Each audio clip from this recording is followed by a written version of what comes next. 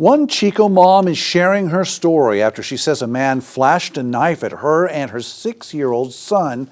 This happened in downtown Chico. Action News Now reporter Margot Rowe spoke with the mother, who now wants to find ways to make the community safer.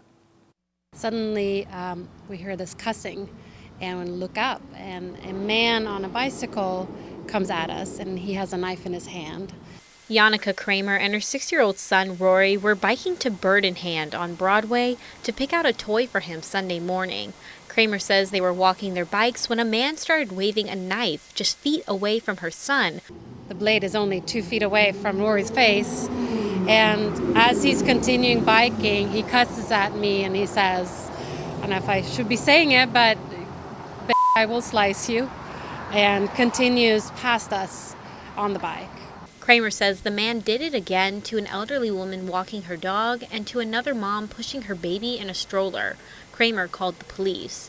Officers apprehended a suspect nearby, but when asked by police, Kremer wasn't able to positively identify the suspect.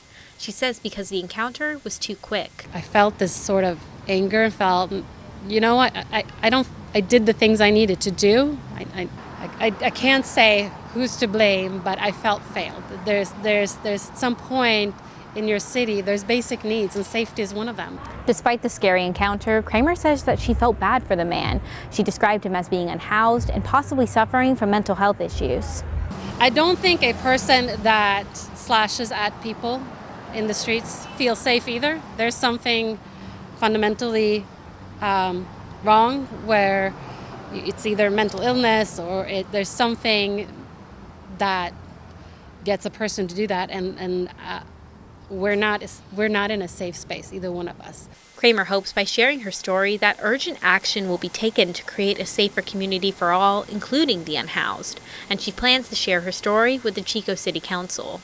We cannot wait for the problem to go away. We cannot wait for people to be safe in our public spaces. We cannot wait for people to be more mentally fit, to get themselves out of homelessness, to get rid of their drug addiction. There has to be things done. In downtown Chico, I'm Margot Rowe for Action News Now. The Chico police say no arrests have been made and the investigation is ongoing.